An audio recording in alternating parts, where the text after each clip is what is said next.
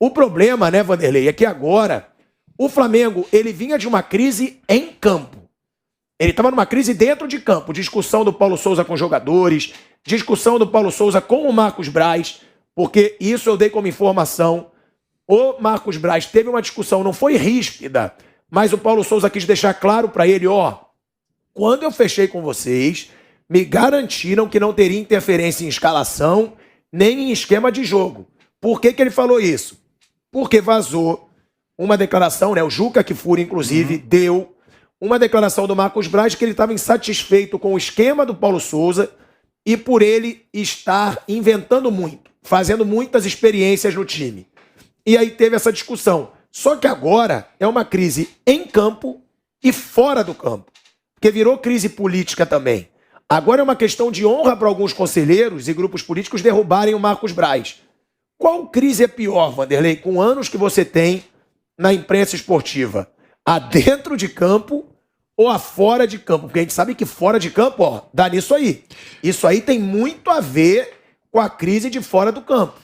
As duas são importantes, mas quando elas se unem, aí é uma explosão, né? Uma explosão nuclear. E nós estamos falando, de novo, o Asmar e todos nós estamos usando isso como informação, né? Nos últimos dias, isso está acontecendo no clube de maior torcida no Brasil.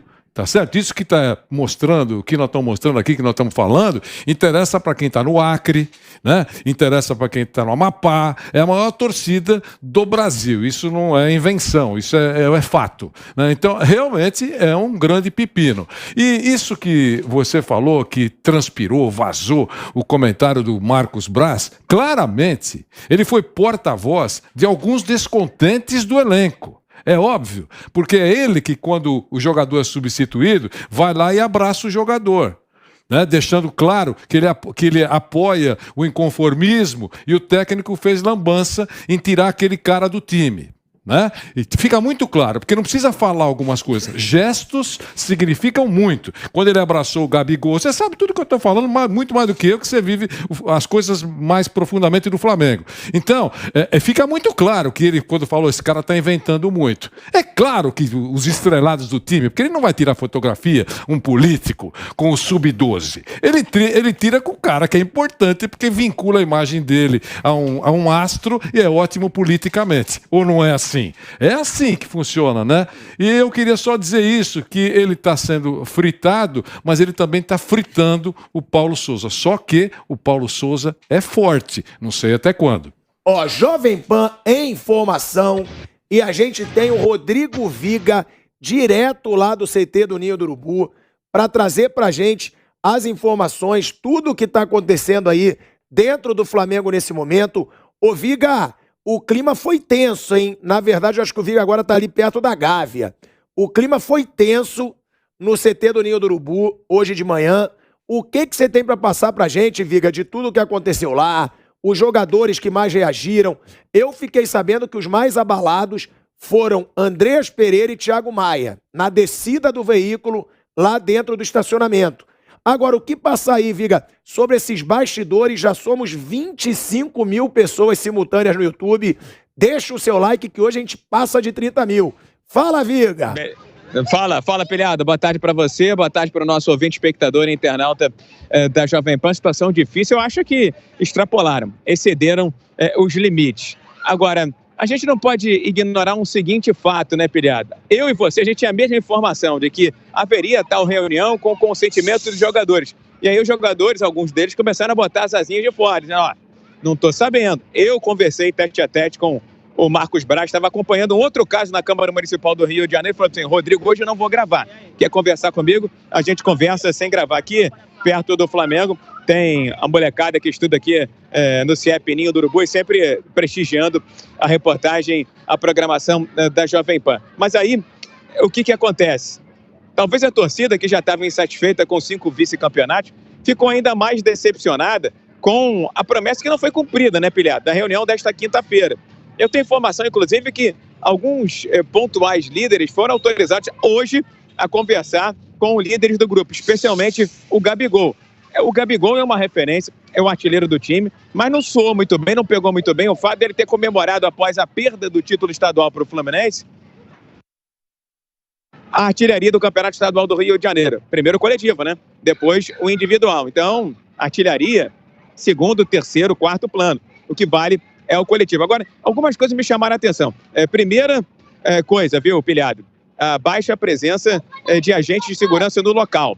Eu não sei por que isso aconteceu, se foram pegos de surpresa. As más línguas da oposição dizem que estão colocando os jogadores expostos para ver se esse tipo de manifestação dá uma sacudidela, né? Dá uma mexida no elenco. Outro ponto que me chamou a atenção, se já sabiam que tinha torcedor insuflado querendo protestar na porta do Ninho do Urubu, ora bolas, por que deixaram os jogadores chegar nos seus carros particulares? Deveria ter sido feito o seguinte: turma, o clima está quente, vamos todos encontrar num hotel que a gente já sabe qual é, que já foi concentração do Flamengo da Barra da Tijuca, vamos pegar um ônibus, vamos chegar de ônibus para não expô-los mais.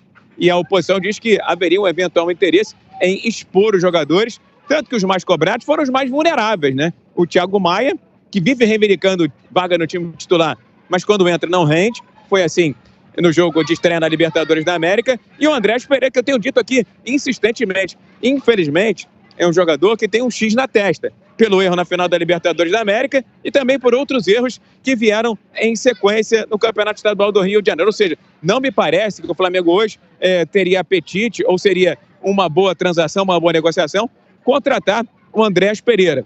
Agora, só para fechar o raciocínio, viu, Pilhado, amigos, espectadores e internautas da Jovem Pan, o Flamengo, ao longo dos últimos anos, se tornou uma máquina de fazer dinheiro, né? Tanto que tem uma folha salarial de 23 milhões de reais. Organizou-se, estruturou-se financeiramente. Mas o departamento de futebol, eu não estou apontando o dedo por Marcos Braz, nem para o Spindel, tá? Que são, respectivamente, o homem forte do futebol e o CEO do Flamengo. Mas isso aí deveria ser ajustado, deveria ser remendado, deveria ser aperfeiçoado para que esse tipo de coisa não acontecesse. Expor os jogadores, expõe o clube. Hoje a notícia é o Flamengo passando por esse tipo de cobrança depois de 5 vice-campeonatos. 5 vice-campeonatos. Então, eu acho, viu, que há uma série de erros e começo a pensar, a entender, a intuir que 2019 foi obra do acaso. Porque quem está chegando é Rogério Ceni, é Paulo Souza, é XYZ, não está conseguindo resolver. Então,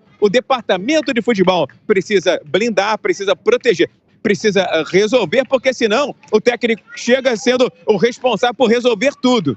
E resolver tudo com um elenco diferente e com um time mais velho se torna cada vez mais difícil, seria até mesmo para o próprio Jorge Jesus, Pilhado. Não só com o Flamengo. Gestão, assim, o Flamengo teve uma gestão financeira boa, melhorou, o Palmeiras também, mas eu não considero gestão de futebol do Flamengo só ao acaso. Todas no Brasil são ao acaso. Gestão de futebol é uma coisa, financeira é outra. Mesmo no Palmeiras, o Abel Ferreira é um acaso também. Então, o próprio Jorge Jesus no Flamengo. Então eu não vejo nenhuma gestão boa de futebol. Quando tem sucesso na gestão de futebol é muito na sorte, assim. Deu certo, trouxe o cara. Às vezes você trouxe por um rótulo. Vou trazer um estrangeiro. Aí você vai buscar, acha um. Aí o cara dá certo. É muito por acaso. Eu acho que não tem nenhuma gestão boa. E olha que trocaram o Flamengo e Palmeiras para citar esses dois exemplos de treinador nos últimos tempos. Não, e outra coisa, né, Vamp? Isso que o Viga falou é verdade. É um absurdo. Todo mundo sabia. A gente falou ontem na Jovem Pan, eu falei no canal Pilhado, o Viga falou, todos os canais de Flamengo falaram, sites, que ia ter essa manifestação das torcidas organizadas. Todo mundo deixou claro o horário. Já se sabia, inclusive, o horário. 8 horas da manhã, no Ninho do Urubu, as organizadas vão fazer um protesto. Elas diziam ser pacífico. A gente sabe que sempre quando junta muito torcedor de torcida organizada, nunca acaba sendo pacífico. Por que que a diretoria do Flamengo não chamou a polícia militar? É óbvio que isso não está nem mal contado. Isso está claro. Era interessante para a diretoria que os jogadores passassem por isso. Porque não tem explicação. O Viga tocou num ponto Sem verdade. Sem dúvida. que é verdade. Todo mundo sabia. Sem dúvida. Todo mundo. Isso é inegável. Atenção, é uma coisa tão conhecida que não dá nem para disfarçar. Tá falando, quer dizer, não dá. Tem alguma coisa? Tem cheiro de arroz queimado? Claro, isso acontece em todos os clubes, tá certo? É aquela briga que começa, que você sabe que vai acontecer, e você fica atrás da pilastra, deixando os caras trocar bastante socos, depois você aparece para separar. É assim que funcionou. Foi exatamente isso. Quer dizer, olha, é a torcida do Flamengo. De novo, estamos falando torcida do Flamengo, cara. E aí coloca meia dúzia de segurança. Vai segurar o quê? Vai segurar nada. É só aquele negócio. Deixa pra lá. E aqui não sei o quê. E o outro passa pela direita. É isso. Viga, um abração para você. A gente tem falado muito desde a abertura do programa. O Osmar está dizendo que o país está acompanhando, né? E o Flamengo tem torcedor no país todo e fora do Brasil. Mas a gente quase não falou de um cara chamado Paulo Souza. Eu queria que você falasse o Paulo Souza nisso tudo. Qual é a sua avaliação? Eu acho que ele está tão vulnerável quanto o Marcos Braz, viu, Vanderlei? Mais uma vez, sempre um prazer falar com você aqui no microfone da Jovem Pan, compartilhar esse microfone mais uma vez. Acho que há uma cobrança de fora para dentro da torcida para com o técnico Paulo Souza e há uma cobrança interna também dos departamentos e de alguns jogadores, de alguns grupos, para com o técnico Paulo Souza, porque, afinal de contas, ele vem inventando, vem dando uma de professor Pardal. O Flamengo já está em abril, gente. Tem uma base montada, não é de hoje, desde a época do Jorge Jesus. Perdeu o Rafinha, é verdade, não tem mais lateral direito desde o Rafinha ir embora. O Pablo Mari também foi embora, não encontrou-se mais um zagueiro tão bom ali com a perna esquerda como o Pablo Mari. O Gerson foi embora, é verdade, tudo isso é verdade. Mas o Flamengo tem uma base, tem uma estrutura, tem uma espinha dorsal. E com tantas mudanças, com tantas alternativas, ele acabou minando o grupo, acabou minando o elenco com essas todas invenções. Ora joga com linha de 3, ora joga com linha de 4, ora joga com Bruno Henrique aberto, se apaixonou pelo Lázaro, que vai ser um jogador de potencial no futuro, mas não é o momento do Lázaro. Enfim, foram muitas tentativas que acabaram minando a autoconfiança dele e a confiança dele para com o grupo, para com a torcida e para com os dirigentes. Tanto que tem jogador no grupo que nitidamente está fazendo beicinho, que está irritado por conta das decisões tomadas pelo Paulo Souza. Eu diria que as figuras mais vulneráveis nesse momento são o Marcos Braz, mas esse tem estofo, tem história política, e principalmente o Paulo Souza. A gente sabe como é que funciona o futebol brasileiro, né, Vanderlei? A corda sempre estoura na ponta mais fraca. E hoje eu vejo o Paulo Souza como essa ponta mais fraca. E também começo a achar, vou repetir, que 2019 foi uma obra do acaso, porque vários técnicos vieram, vários técnicos passaram e os erros continuam se repetindo dentro e fora de campo, Vanderlei. Ô, Viga, outras duas coisas que eu queria tocar com você. Dentro do Flamengo já tem uma grande parte que não quer o Paulo Souza. Agora, o que parece que está acontecendo é que o Flamengo não quer demitir o treinador. O Flamengo quer que o treinador peça para sair. E isso não vai acontecer. Ele também não é bobo. O Paulo Souza não é bobo. O cara é bicampeão de Champions. O cara é treinador que já passou por Bordeaux, Largou por Fiorentina. Polônia, né, Filiano? Hã? Largou a Polônia agora. Sim, largou a Polônia, né? Que vai para uma Copa do Mundo. Agora, teve ainda essa situação do Rodinei. De uma foto aí que vazou do Rodinei na noite. Como que tá essa situação dentro do Flamengo com relação a esse episódio do Rodinei, que teria sido flagrado numa festa ontem, vazou essa foto. E outra, o Paulo Souza, ele aguenta muito tempo, porque a gente sempre fala, ele tem que ficar, não adianta tirar o cara. Só que se ele estreia mal no Brasileiro, 2 jogos sem vencer, Jorge Jesus vindo para o Rio de Janeiro no Carnaval, podendo conversar com a diretoria, tem um risco do Paulo Souza cair com 4 meses de trabalho, Viga? Ele nem tem 4 meses, mas chegaria a 4 meses.